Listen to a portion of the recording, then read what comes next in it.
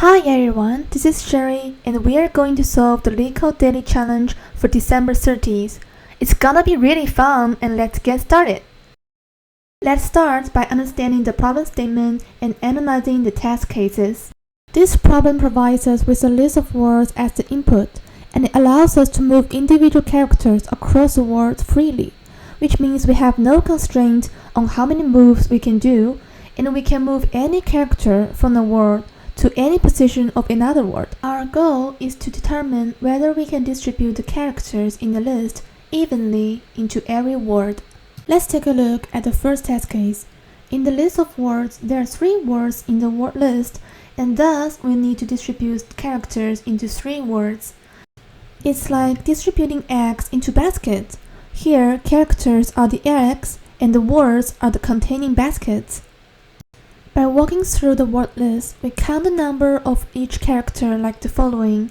Then we need to check if there is any character remaining after distributing evenly into each basket or a word.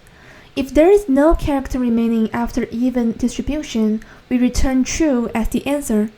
We can use the modulo operation to find if there will be any remaining characters after even distribution.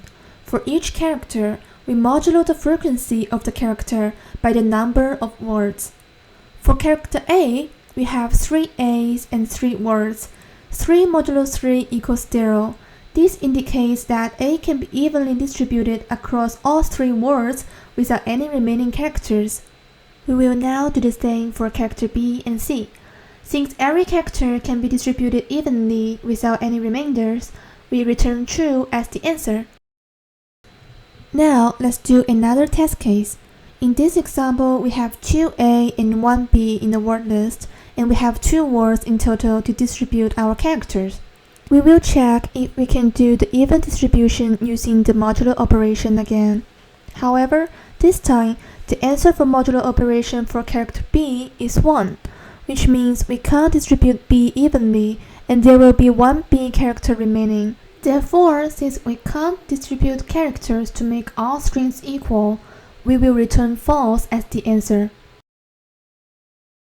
Now, we will quickly walk through our solution and analyze the time complexity and space complexity. First, we use double for loop to go through each character of the input and store their frequency in a hash map or an array.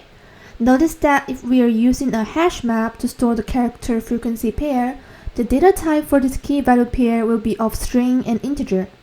However, if we choose to store the frequency inside an array, we can represent each character using an index by taking the difference between the ASCII value of character A and the ASCII value of the current character. We will see this in action in a bit later.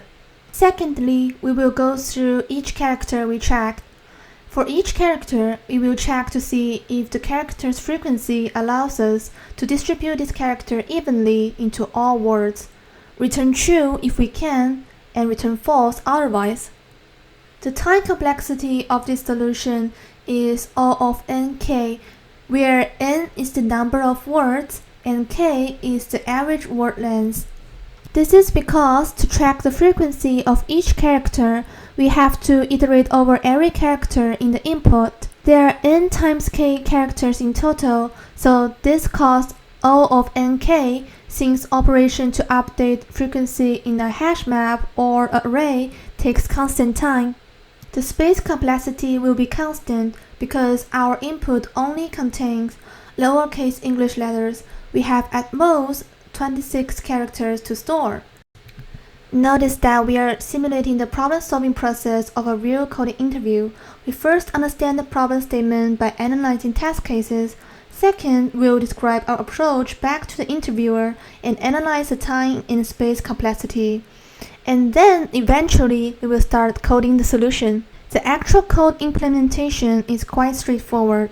Here we're using Python, and the hashmap in Python is dictionary. And Python provides great subclass of the dictionary class called defaultDict, so that we have a nice default value when we initialize entries. So if you are using other languages, please go ahead and implement normal hashmap and it will work the same. Firstly, we initialize a hash map called characters using default dict method and passing integer as the argument.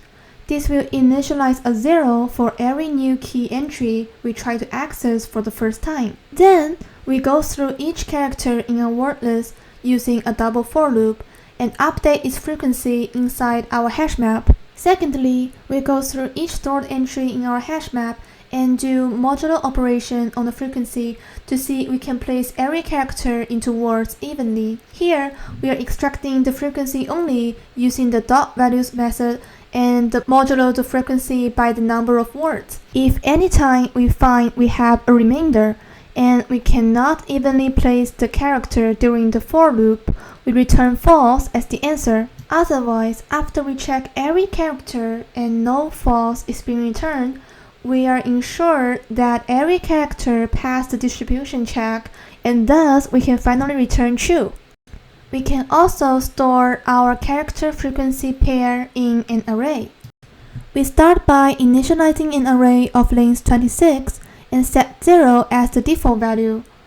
As we see before, default dict class method does the same for us, but with a dictionary. Then, as we are going through each character using the double for loop, we represent each character by comparing its ASCII value to the ASCII value of lowercase a. For example, in this case, the frequency of character A will be stored under index 0 as ASCII value difference between A and A is 0. And similarly, B will be stored under index 1 as the ASCII difference between B and A is 1. And the same goes for the other letters. We observe that the rest of the logic is the same and it's just a matter of preferences of which storing method you prefer, a hash map or an array. However, I would argue that using a hash map will be more intuitive, especially when we can know what input characters will be in advance. In this problem, we know in advance that input only consists of lowercase English letters, so an array will be sufficient. So that's the end of today's LeetCode coding challenge. It is quite a straightforward question to solve, and it's also good practice for working with hash maps and ASCII numbers. I'm Sherry, and thank you for watching. I'm excited to see you in the next challenge.